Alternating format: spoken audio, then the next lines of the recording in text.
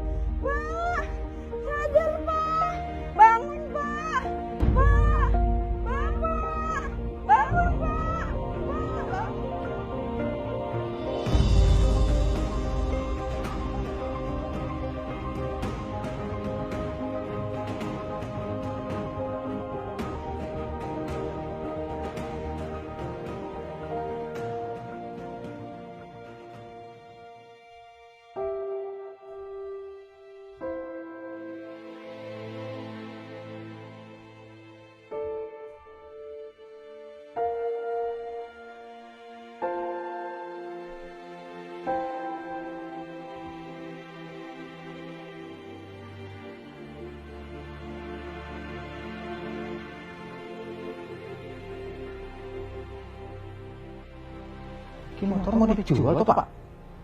Iya, kan motor kesayangan Bapak, lu gak sayang tuh Pak? Wah, kalau gitu saya foto dulu ya Pak. Oh, monggo. Nanti saya bantu jual lewat broadcast.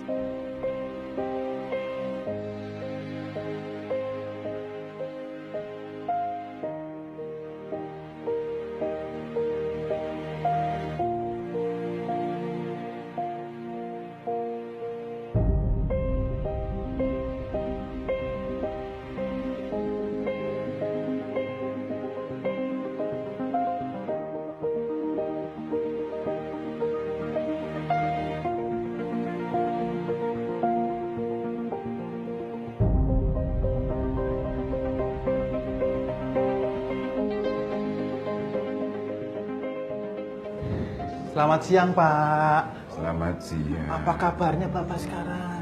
Sudah lebih baik dari yang kemarin. Kami sudah berhasil melang motor Bapak. Sudah ada yang beli, Pak. Siapa yang beli, Nak Andi?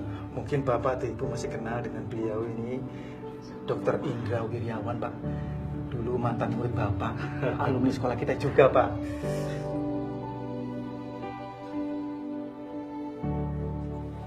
Terima kasih banyak. Kalian emang murid-murid Bapak yang baik. Sekali lagi terima kasih.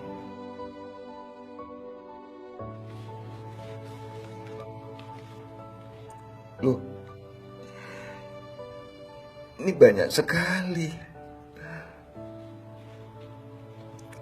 Tapi Bapak akan mengambil secukupnya saja. Selebihnya akan Bapak sumbangkan. Oh, mulia sekali Bapak ya. Membantu sesama yang membutuhkan itu harus. Iya. Kan lebih baik dibagikan kepada yang membutuhkan. Hidup untuk berbagi itu lebih membahagiakan hati Bapak. Iya toh.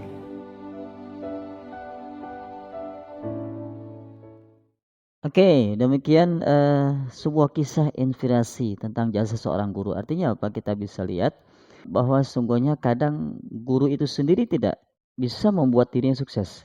Tapi yang hebat adalah seorang guru mampu membuat ribuan orang-orang menjadi sukses. Itulah yang hebatnya. Makanya barangkali bisa jadi saat ini kesuksesan yang kita raih merupakan bagian daripada bentuk pengorbanan guru-guru kita. Baik, anak-anak sekalian, kita kembali kepada pembahasan kita, ya. Tahukah kamu apa karakter itu? Apa akhlak itu?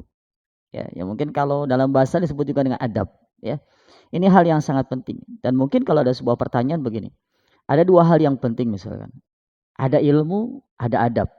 Nah, menurut kalian, mana yang lebih penting dari kedua hal tersebut? Kalau saya pernah mempertanyakan hal ini kepada beberapa siswa. Dan kemudian hampir seluruh siswa yang saya tanya, jawaban mereka adalah adab lebih penting daripada ilmu. Kenapa? Karena sungguhnya orang yang beradab, pasti dia orang berilmu. Orang yang berilmu, belum tentu dia adalah orang yang beradab. Dan kemudian adab merupakan bekal ketika kita berada dalam sebuah masyarakat.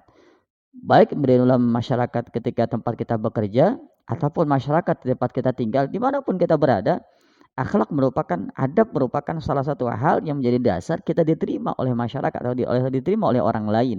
Ya. Oke, baik anak-anak sekalian, adab itu, ya, menurut kata, ya, akhlak adalah khuluk yang berarti budi pekerti, sopan santun, tindak tanduk, atau etika. Sedangkan menurut bahasa artinya tindak tanduk atau kebiasaan. Dan akhlak menurut istilah suatu bentuk naluri asli dalam jiwa seseorang manusia yang dapat melahirkan suatu tindakan dan kelakuan dengan mudah dan spontan tanpa reka pikiran. Artinya apa? Akhlak itu merupakan kebiasaan.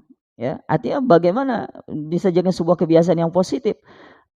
Sesuatu yang baik kalau memang dia dibiasakan, maka sepanjang waktu itu bisa menjadi sebuah karakter yang mulia, sebuah karakter yang baik, sebuah karakter yang mampu membuat kita menjadi orang yang diakui oleh masyarakat. Oke, anak-anak sekalian. Kemudian selanjutnya pembagian akhlak. Nah ini, ya, ini saya ambil secara umum saja. Secara garis besar, ya, akhlak itu cuma dua. Ada akhlak yang baik atau disebut dengan akhlakul mahmudah. Atau yang kedua, yaitu akhlakul majmumah. Dan kemudian kepada siapa kita mesti berakhlak? Nah, yang pertama adalah bagaimana akhlak kita kepada Tuhan. Bagaimana akhlak kita kepada Sang Pencipta. Dan kemudian bagaimana akhlak kita kepada makhluk. Baik makhluk yang bernama manusia, hewan, tumbuhan, ataupun makhluk yang lainnya. Karena sungguhnya, ya, ini merupakan dua hal yang tidak bisa terpisahkan antara hubungan kita dengan Tuhan kita ya, ataupun hubungan kita dengan sesama makhluk Allah. Nah, dan kemudian bagaimana sih karakter, akhlak, adab menurut pandangan agama dan undang-undang? Ya, saya coba di sini diawali dari bagaimana pandangan Al-Qur'an mengenai akhlak. Di dalam Quran surat Al-Furqan ayat 63. Ya, saya bacakan artinya, ya. A'udzubillahi minasyaitonirrajim. Bismillahirrahmanirrahim.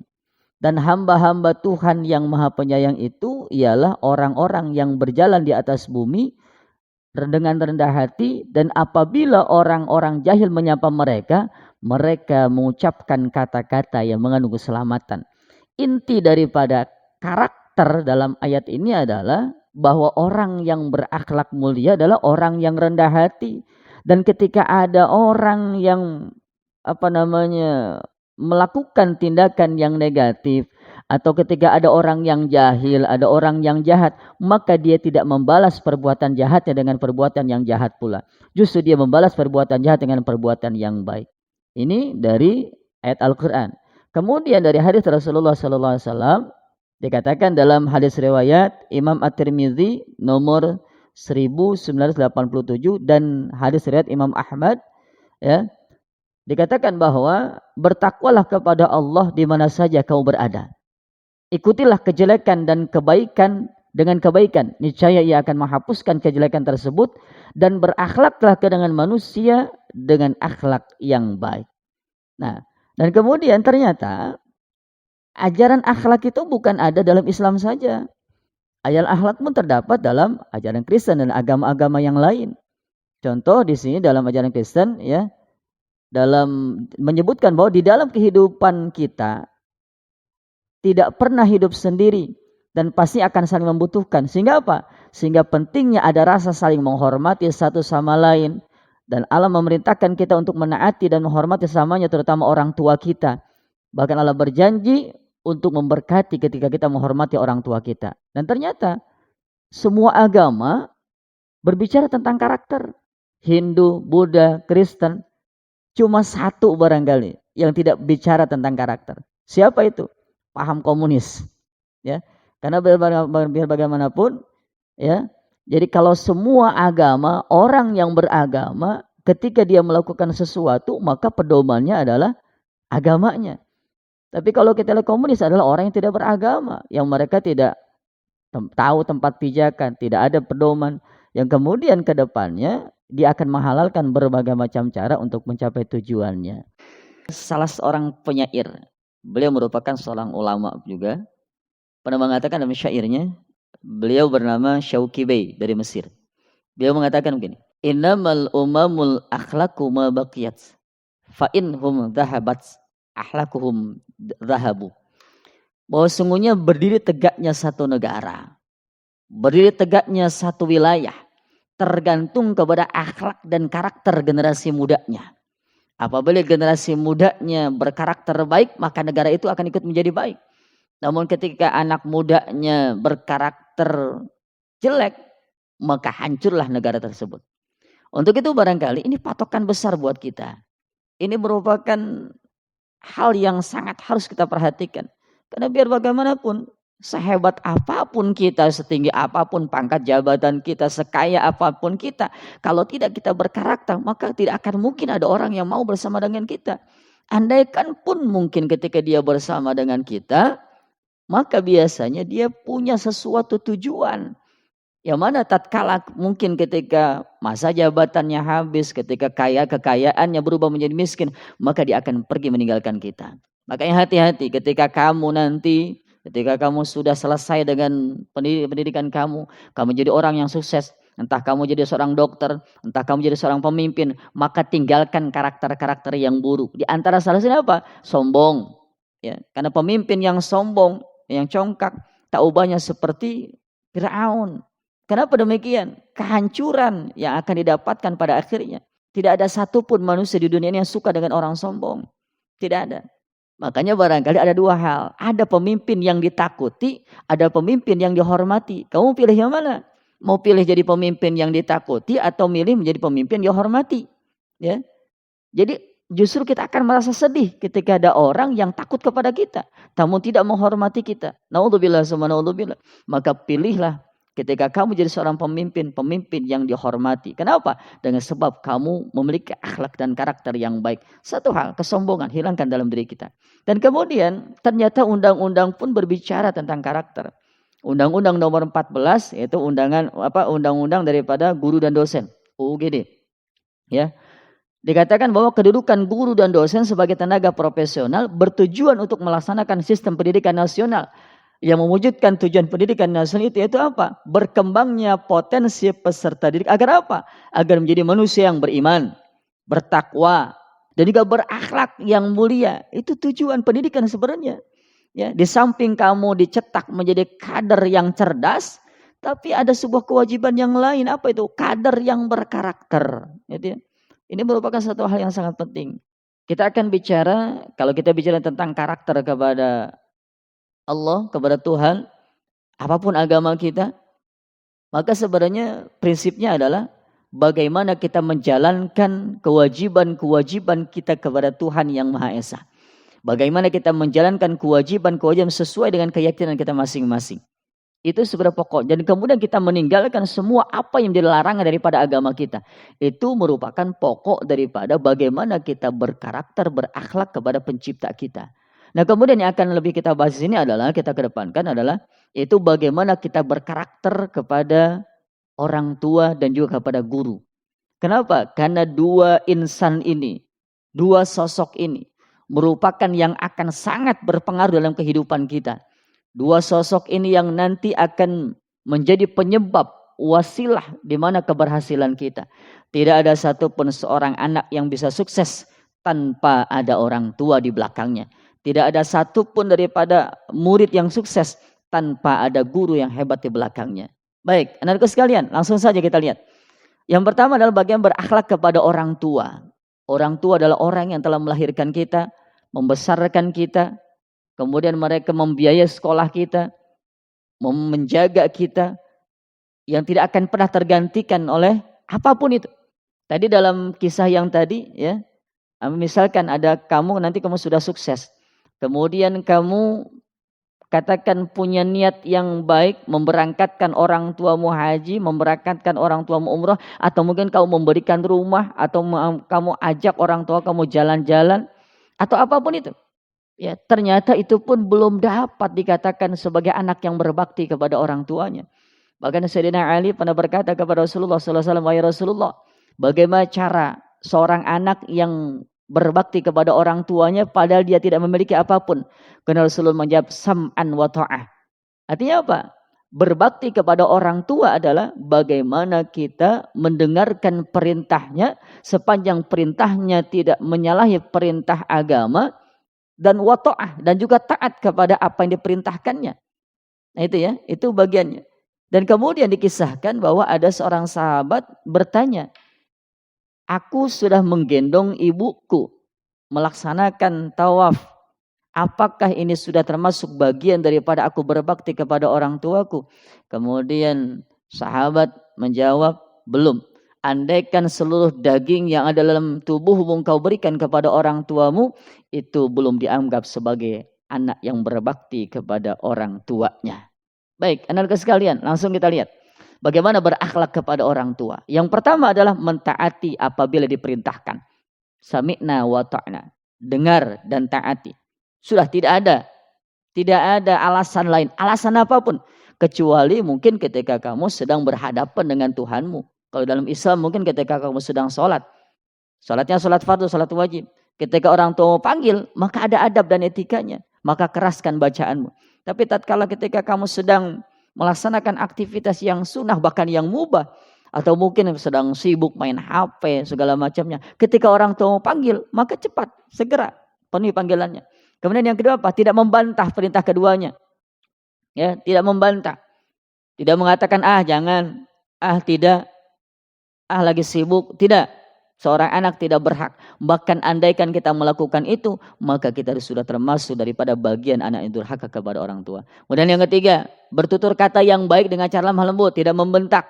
Tidak suara kita yang lebih tinggi daripada keduanya. Kemudian yang keempat, menundukkan kepala apabila berbicara di hadapan. Jadi tidak mata itu melihat ke arah wajah orang tua, tapi apa? Dengan menundukkan. Wahfid lahuma danahadhuli minar rahmah. Menundukkan pandangan kita di hadapan orang tua. Hati-hati. Yang kelima, tidak mengeraskan suara kepada keduanya. Jangan sampai suara kita lebih tinggi daripada suara orang tua kita. Terlebih lagi ketika orang tua kita sudah berusia lanjut. Lebih sensitif perasaan mereka. Kemudian yang keenam, tidak duduk di tempat yang lebih tinggi daripada keduanya. Andaikan orang tuamu duduk di kursi, maka duduklah engkau di bawahnya. Kemudian yang ketujuh, tidak merasa lebih pintar daripada keduanya. Bersikap tawadhu atau rendah hati. Yang kedelapan apa? Mendoakan keduanya. Baik ketika mereka masih hidup, ataupun ketika mereka sudah wafat. Kemudian yang kesembilan, menjaga nama baik keduanya. Walaupun kedua-duanya tidak berada di sisi kalian. Artinya apa? Nah ini yang sering terjadi. Kadang kebaikan kita hanya ketika di hadapan orang tua kita. Mohon maaf terkadang ya. Kadang ketika kita melakukan kenakalan-kenakalan, bahkan kita berbohong kepada orang tua kita. Dan hati-hati nanti ya ketika kamu sudah menjadi siswi SMA plus PGRI Cibinong. Ya hati-hati, sering banyak kasus yang terjadi. Ada orang tua yang dipanggil ke sekolah bukan untuk mendapatkan penghargaan, namun lebih untuk mendapatkan sebuah kehinaan. Kenapa? Karena anak yang melakukan tindak pelanggaran kedisiplinan. Jangan santai. Jangan anggap itu bukan sebagian daripada dosa. Dosa itu. Kenapa? Karena kamu sudah menghinakan orang tuamu. Kamu sudah merendahkan orang tuamu. Kamu tidak pandai menjaga nama baik keduanya. Kemudian yang ke-10, meminta izin ketika akan bepergian. Kemanapun kamu berangkat, iringi kepergianmu dengan doa orang tuamu. Karena andaikan ketika kamu berangkat, kamu pergi tanpa izin daripada orang tuamu, berarti kamu berangkat dengan kemurkaan Allah Subhanahu wa taala. Kemudian yang ke-11, tidak keluar rumah tak ada izin orang tua. Kemudian tidak membalas perlakuan buruk orang tua. Mohon maaf, terkadang kita lihat ada juga mungkin orang tua yang tidak memiliki kebaikan kepada anaknya. Akan tetapi lihat, kita berbalik ke belakang. Kita lihat, apakah tanpa mereka kita bisa hidup di dunia ini? Mereka wasilah kita. Tidak akan pernah bisa. Walaupun mungkin ketika dia masih kecil, dari mulai dia dilahirkan, kemudian dia dititipkan di panti asuhan, atau mungkin dibuang, kemudian dia ditemukan oleh orang lain. Dan pada suatu hari, ya orang tuanya tahu kalau dia masih hidup. Kemudian dia mengatakan, kalau aku adalah ayahmu, ya, dan kau pun tahu itu adalah ayahmu, maka jangan sampai menghilangkan nasab. Walaupun orang tuamu tidak pernah berbuat baik kepadamu, maka tidak pantas kita membalas perlakuan buruk daripada orang tua kita. Apalagi mohon maaf sampai memukul orang tua. Dan sekarang ini sering terjadi. Banyak anak yang menuntut orang tuanya ke pengadilan. Ini anak yang super durhaka. Naudzubillah. Jangankan menuntut, jangankan memukul, jangankan mengatakan kalimat-kalimat yang keras. Bahkan dengan kalimat saja membantah perintah orang tua sudah termasuk dalam kategori yang durhaka. Anak-anakku sekalian, kemudian yang ke-13, tidak merasa bisa membalas jasa orang tua. Jadi jangan sampai kamu ketika kamu nanti sudah sukses, kamu jadi orang kaya, saya mau balas jasa orang tua, saya nggak akan bisa. Anak-anakku sekalian, ya itu merupakan bagian adab kita kepada orang tua. Dimulai dari rumah. Anak-anakku sekalian, kita akan beralih kepada selanjutnya, yaitu berakhlak kepada guru. Nah ini berarti ini kewajiban kamu di mana? Di SMA plus PGRI Cibinong, di SMP, di SD, di TK, bahkan mungkin di TPA, ya, semua adalah gurumu yang wajib, yang harus kamu hormati. Tidak boleh, tidak bisa kamu hanya menghormati satu guru saja, tidak bisa. Ya, karena andaikan kamu menghormati satu guru, kemudian kamu menjelekkan guru yang lain, atau kamu benci kepada guru yang lain, maka mohon maaf, berkah itu akan ditutup oleh Allah Subhanahu wa taala. Ingat, berkah itu bukan ketika nanti kamu besar itu kamu langsung mencapai cita-cita kamu jadi dokter. Bukan. Belum tentu berkah. Karena bisa jadi profesi kamu justru akan menjauhkan kamu dari Tuhanmu. Bisa jadi profesi kamu akan membuat kamu buat jadi orang yang sombong. Jadi hati-hati. Berkah itu apa? Berkah itulah satu kebaikan yang bertambah sampai pada akhirnya kita meninggalkan dunia ini. Baik, anak-anak sekalian. Berbicara tentang adab ya kepada guru. Saya teringat satu kisah tentang dua orang murid. Ya. Pada satu hari gurunya mengajak dia untuk berziarah ke makam gurunya lagi. Kata sang guru, anak-anakku besok kamu berdua ikut saya mau ziarah ke makam guru saya, ya. Tapi dengan syarat kamu besok bawa batu yang besar. Kata murid yang satu, kata murid yang taat, sami'na wa ta'na. Tapi kata murid yang satu lagi, buat apaan bawa batu yang besar? Ya. Kemudian keesokan harinya berangkatlah mereka. Yang sama murid yang tidak taat tadi bawa batu cuma sekecil, cuma sebesar jempol, dikantongin sama dia. Kemudian murid satu lagi diambil batu yang sangat besar karena dia taat kepada perintah gurunya. Diambil sarung yang besar, kemudian diikatkan, kemudian dipanggul oleh dia. Nah, sampai di makam tempat gurunya si guru tadi, ya, akhirnya selesai mereka berdoa dan kemudian mereka kembali tidur. Nah, ketika paginya gurunya mengumpulkan si murid tadi. Anak sekalian, semalam aku bermimpi bahwa guruku, ya, memerintahkan kepada kalian agar batu yang kalian bawa itu kalian timbun, kalian kubur. Maka segera kedua murid tadi menjalankan apa yang diperintahkan oleh gurunya. Dan kemudian nanti kamu lihat, ya, setelah ditimbun, ternyata apa yang terjadi, batu yang tadi ditimbun bukan lagi berwujud batu, melainkan berwujud emas. Kira-kira siapa yang menyesal? Yang menyesal adalah karena tadi yang bawa batu kecil. Artinya apa? Ini cuma bagian daripada ketaatan saja. Ketaatan saja bisa menghantarkan seseorang kepada kebaikan. Nah, anak-anak sekalian, mari kita lihat bagaimana sih berakhlak kepada seorang guru itu untuk mendapatkan keberkahan ilmu, untuk mendapatkan kebaikan guru, untuk mendapatkan daripada kesuksesan baik hidup kita di dunia apalagi di akhirat nanti. Makanya yang pertama akan kita lihat bagaimana adab ketika kita menemui guru, ya. Dan biasanya kita ketika punya keperluan kepada guru, kita datang kepada guru tadi. Yang pertama adalah datang, menghampiri, ya. Jangan dibiasakan memanggil guru dari jarak yang sangat jauh dengan suara yang keras. Bapak, itu tidak diperkenankan itu. Tidak beradab itu. Baik, jadi yang pertama adab ketika menemui guru, datang, hampiri dia. Dan kemudian diam sejenak, hormati keadaan guru. Maksudnya apa? Kita nggak tahu ketika kita datang itu guru kita sedang apa. Apakah mungkin dia sedang berbicara, apakah dia sedang makan atau sedang apa. Diam sejenak sampai gurumu, ya, menegur. Sampai gurumu melihat keadaanmu. Sehingga mungkin dia mengatakan, oh ya nak, ada apa? Nah, baru kamu sampaikan hajat kamu. Seperti itu. Jadi jangan sampai kita mengganggu daripada waktu daripada guru kita. Nah, kemudian misalkan ada sebuah kasus bagaimana apabila guru berada dalam sebuah ruangan gitu ya. Nah, maka yang pertama ketuk pintu dan ucapkan salam, ya. Bahkan kalau yang paling bagus itu adalah kamu menunggu di depan ya sampai guru mau keluar. Jadi tidak mengganggu beliau. Kalau adabnya begitu. Ya, tapi minimal ketuk pintu ucapkan salam. Jadi jangan langsung masuk. Kemudian tidak masuk sebelum diizinkan masuk. Jadi jangan nyelonong bahasanya. Ya.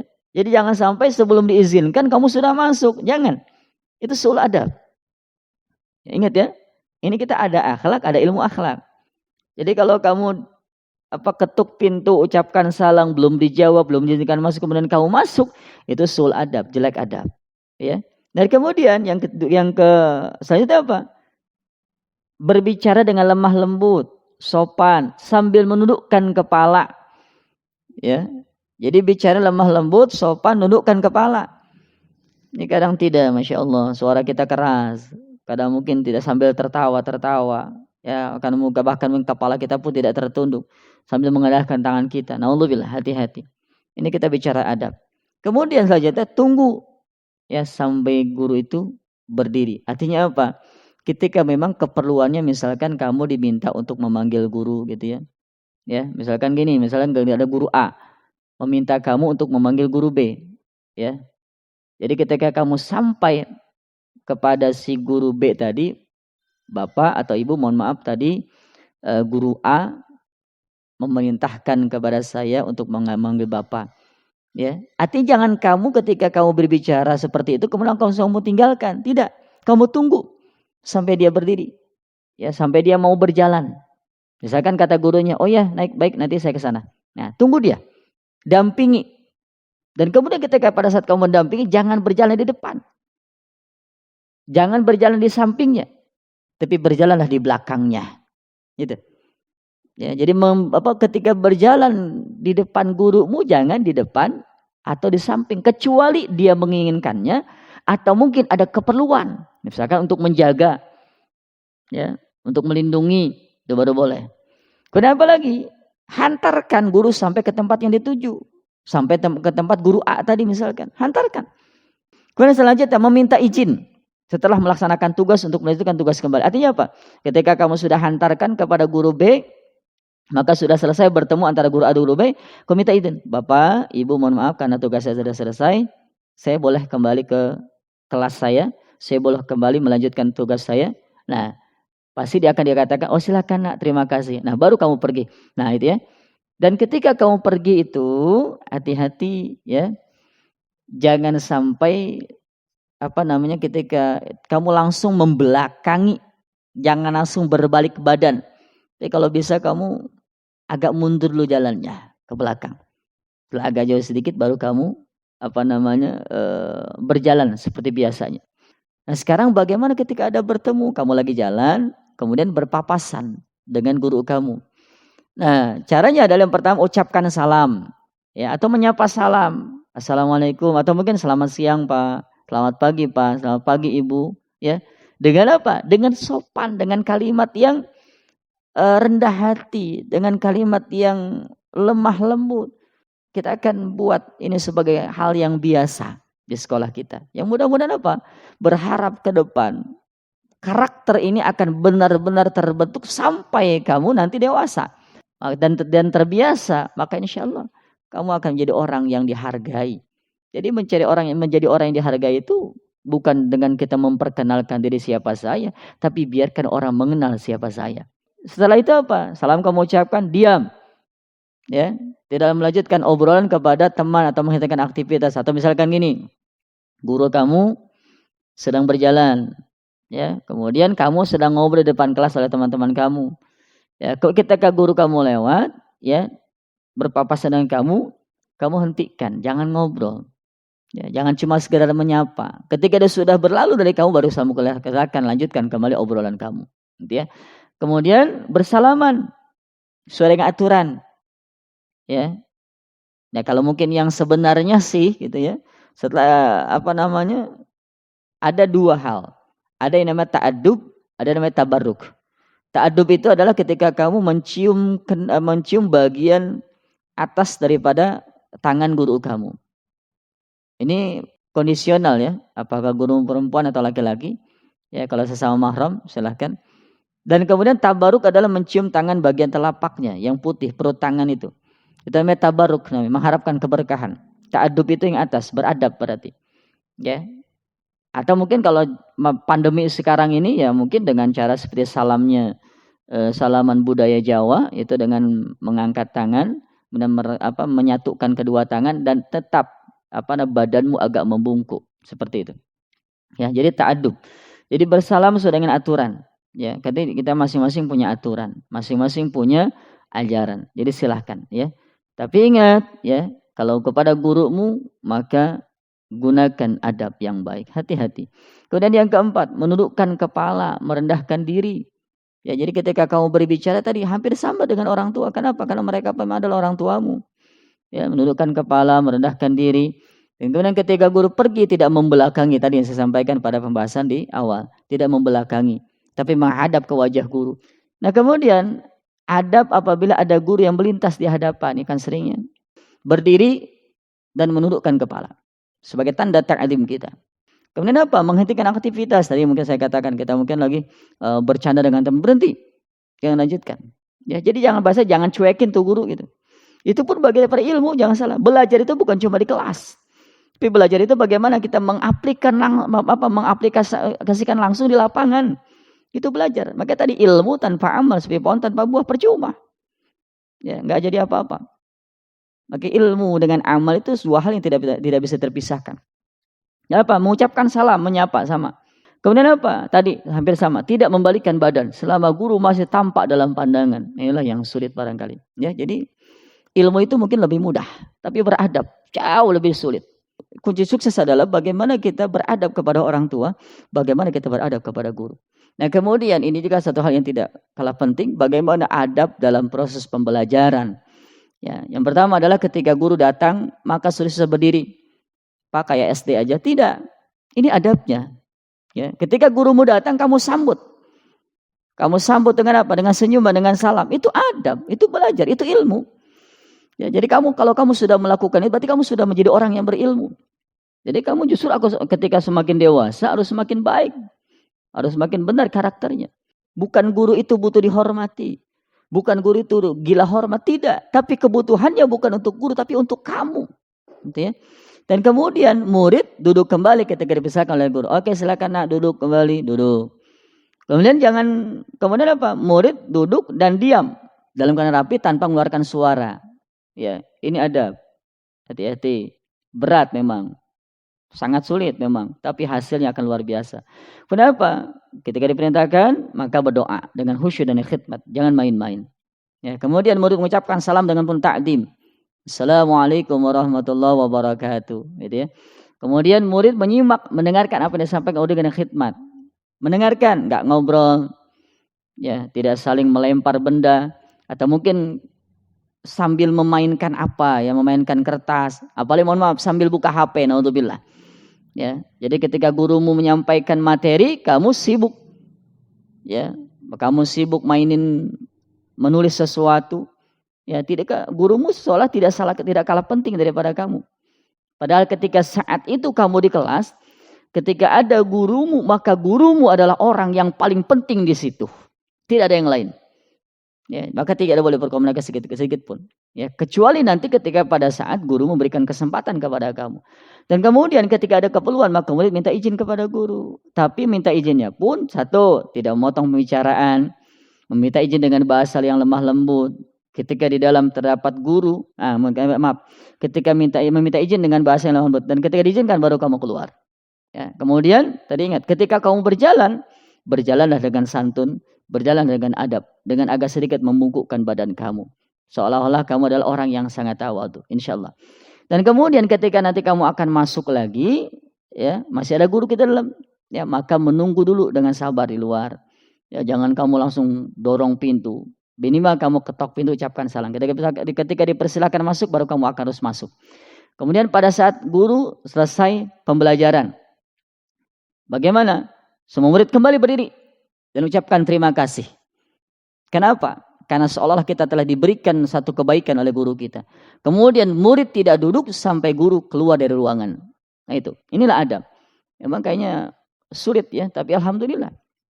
Inilah bagian daripada adab-adab kita kepada guru. Dan mudah-mudahan ini menjadi hal yang positif, hal yang baik, yang bisa kita terapkan dalam kehidupan baik di rumah ataupun di sekolah ataupun di masyarakat. Dan satu lagi nak, di sekolah ini bukan hanya ada guru, tapi di sekolah ini pun ada orang lain, karyawan, satpam, OB, atau siapapun itu mereka.